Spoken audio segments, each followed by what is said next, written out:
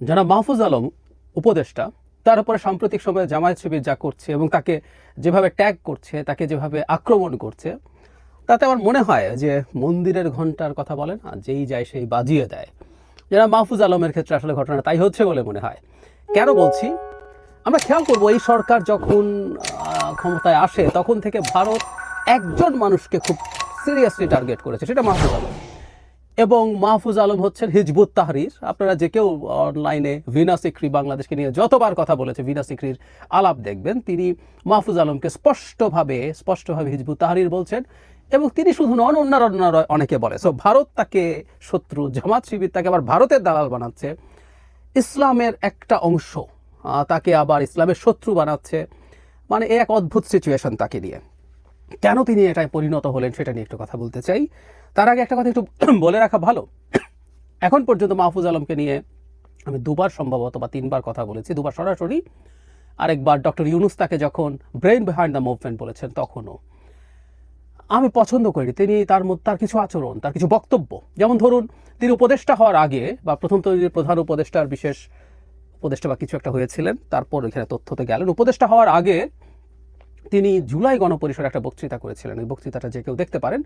তিনি নিজেকে কার্যত মাস্টার মাইন্ড আসলে দাবি করেছিলেন, এটা তিনিই করেছিলেন। এটা অত্যন্ত বোকামিপূর্ণ, অত্যন্ত বালখিল্যপূর্ণ দাবি ছিল বলে আমি মনে করি। সেটার বিরুদ্ধে আমি কথা বলেছিলাম এভাবে যে কেন এটা কোনোভাবেই একটা পরিকল্পিত মুভমেন্ট হতে পারে না, আলাদাভাবে ভিডিও করেছিলাম।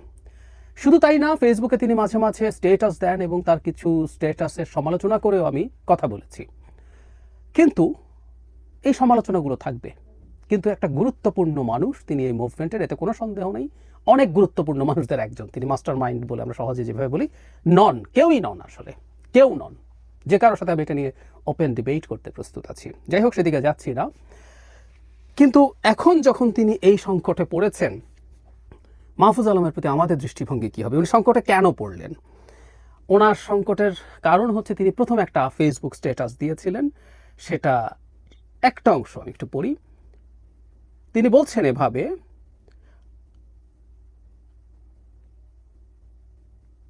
একাত্তরের প্রশ্ন মীমাংসা করতেই হবে, যুদ্ধাপরাধের সহযোগীদের ক্ষমা চাইতে হবে, বাংলাদেশে রাজনীতি করতে হলে পাকিস্তান পন্থা বাদ দিতে হবে, পাকিস্তান এদেশে গণহত্যা চালিয়েছে, সহযোগীদের ইনিয়ে বিনিয়ে গণহত্যার পক্ষে বয়ান উৎপাদন বন্ধ করতে হবে, জুলাইয়ের শক্তির মধ্যে ঢুকে স্যাবোটাজ করা বন্ধ করতে হবে, সাফ দিলে আসতে হবে। আর এরপর মুজিববাদী বাম, মানে উনি দুইটা গ্রুপকে টার্গেট করেছেন। কি সমস্যা হয়েছে আমি ঠিক বুঝলাম না। মানে উনি এখানে তো জামাত শিবির টিবির বলে নাই, তাই না? উনি বলেছেন যারা পাকিস্তানকে ওই গণহত্যা সমর্থন করেছে।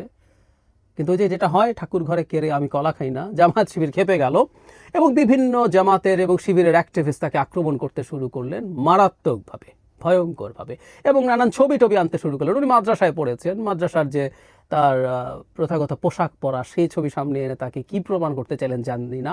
শিবিরের কোচিংয়ে উনি কোচিং করেছেন, সেখানে পুরস্কৃত হয়েছেন। ওই শিবিরের কোচিং, ওই কোচিং আমি চিনি, ওই কোচিংয়ের নন শিবির বহু মানুষ কোচিং করে। আর আমরা এভাবেও বলি, কেউ যদি আগে শিবির থাকে, তিনি যদি সেটা থেকে বেরিয়ে এসে এক্স শিবির না হন, মানে শিবিরতে বেরিয়ে আসলে একটা গ্রুপ আছে, একটা বর্গ আছে, এক্স শিবির, এরা আসলে শিবির। কিন্তু উনি পুরোপুরি ধুয়ে মুছে এসে তিনি যদি তার নতুন চিন্তার মধ্যে ঢোকেন, সমস্যা কোথায়? আমি ব্যক্তিগতভাবে এরকম লোকজনকে চিনি যারা শিবির করতেন, এরপর এখান থেকে একেবারে ধুয়ে মুছে সাফ হয়ে এসছেন। আবারও বলছি, এক্স শিবির শব্দ না, ওনাকে আমি এক্স শিবির বলবো না যদি শিবির থেকেও থাকেন।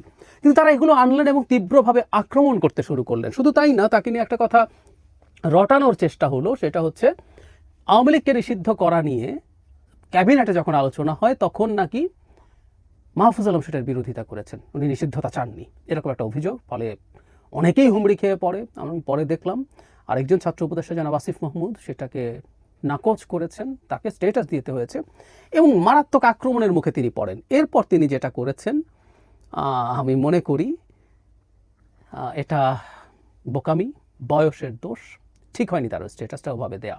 উনি বিরক্ত হয়েছেন, কিন্তু স্ট্যাটাসটা উনি পরে ডিলিট করে দিয়েছেন কয়েক মিনিটের মধ্যে। কিন্তু যেটা হয়, এটা স্ক্রিনশটের জমা নয়, স্ক্রিনশটটা ছড়িয়ে পড়ে চারদিকে। তিনি লিখেছেন, আমাকে নিয়ে নোংরামি করতেছ, ঝামেলা নাই, ফ্যামিলিটাইও না, যুদ্ধাপরাধের সহযোগী রাজাকারেরা, এটা লাস্ট ওয়ার্নিং। আর যে চুপা শিবিররা এই সরকারের পথ বাগাইছো আর বিভিন্ন সুশীল ব্যানার খুলে পাকিস্তান পন্থা জারি রাখছো, তোমরা তোমাদের পূর্বপুরুষ রাজাকারা দালালদের তুলনায় অধিক ভুগবা।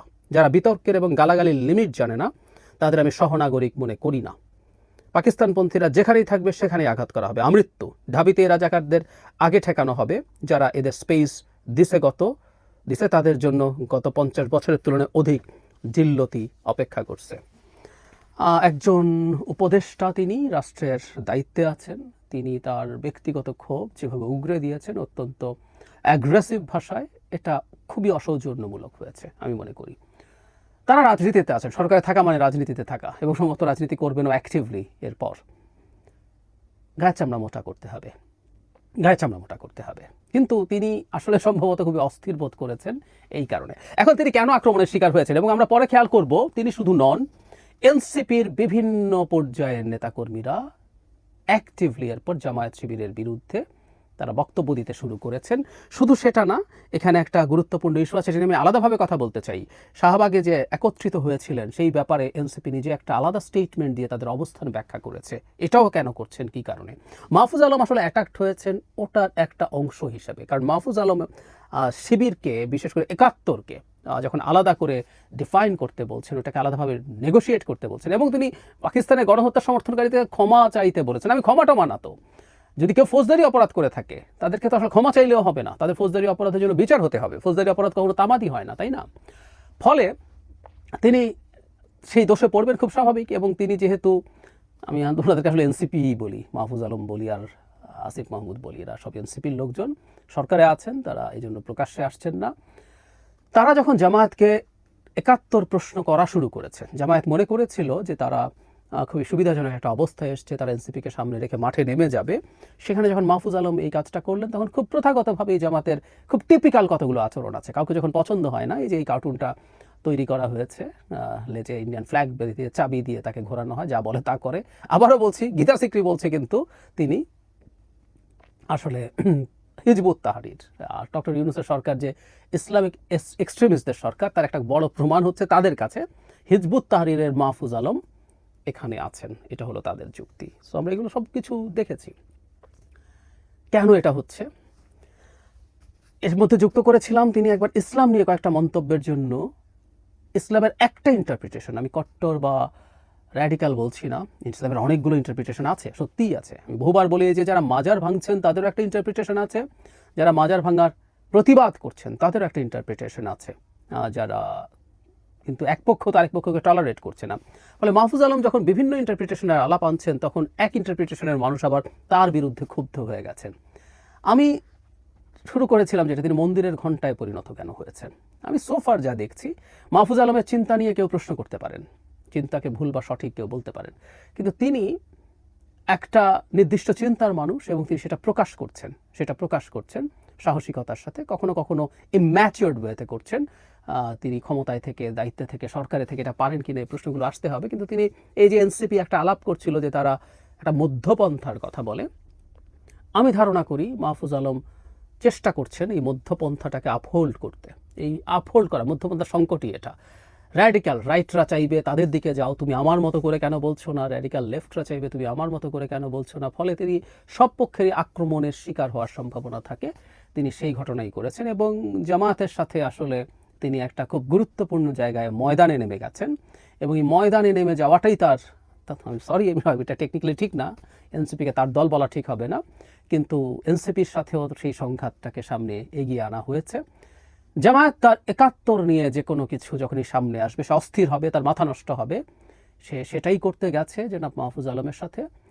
আমরা মাহফুজ আলমের সমালোচনা করি, দীর্ঘদিন থেকে করেছি, যখন তিনি সমস্যা করেছেন বলে মনে হয়, এবং আমি তার কথা, তার অ্যাটিটিউডের মধ্যে এক ধরনের অ্যারোগেন্স দেখি।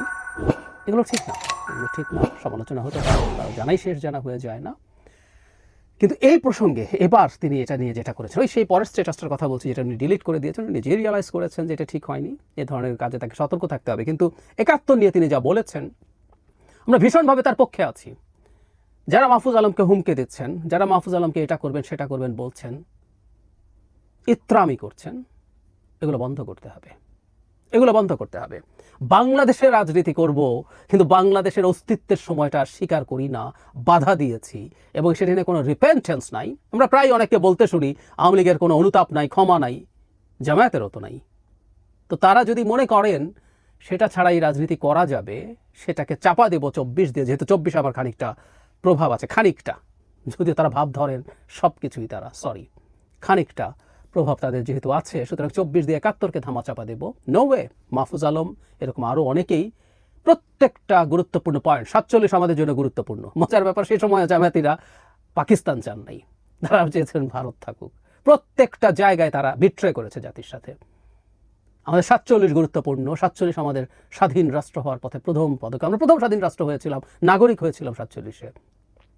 তারপর আমাদের 71, প্রত্যেকটা ল্যান্ডমার্কস, আমাদের 90, আমাদের 24, প্রত্যেকটা গুরুত্বপূর্ণ। এবং আমি আগেও বলেছি, আমি একটা কলাম লিখেছিলাম যে ভবিষ্যতে বাংলাদেশে যতগুলো ন্যায্যতার লড়াই থাকবে, আমাদের যতগুলো লড়াই, আবার যদি কখনো গণতন্ত্র সমস্যায় পড়ে বা অন্য কোনো ইস্যুতে সমস্যা, আমরা যতবার আমাদের সেই লড়াইটা করবো, এটা 71-এর এক্সটেনশন। আমরা সাম্য, মানবিক মর্যাদা, সামাজিক ন্যায় বিচারের জন্য যে রাষ্ট্র তৈরি করতে চেয়েছি, সেখানে যখনই বাধা আসবে, যখনই আমরা লড়াই করব, ওটা 71-এর একটা এক্সটেনশন। 71 বাদ দিয়ে 100, 200, 500 বছর পরও আসলে বাংলাদেশ হবে না। যদি এটা অন্য ল্যান্ড হয়ে যায়, অন্য কারো দখলে চলে যায়, সেটা আরেক আলাপ, কিন্তু এর আগ পর্যন্ত হবে না। সুতরাং মাহফুজ আলমের সাথে আমরা সলিডারিটি প্রকাশ করছি, আমরা মাহফুজ আলমের সাথে আছি। মাহফুজ আলমের এই বক্তব্য আমরাও আপহোল্ড করি।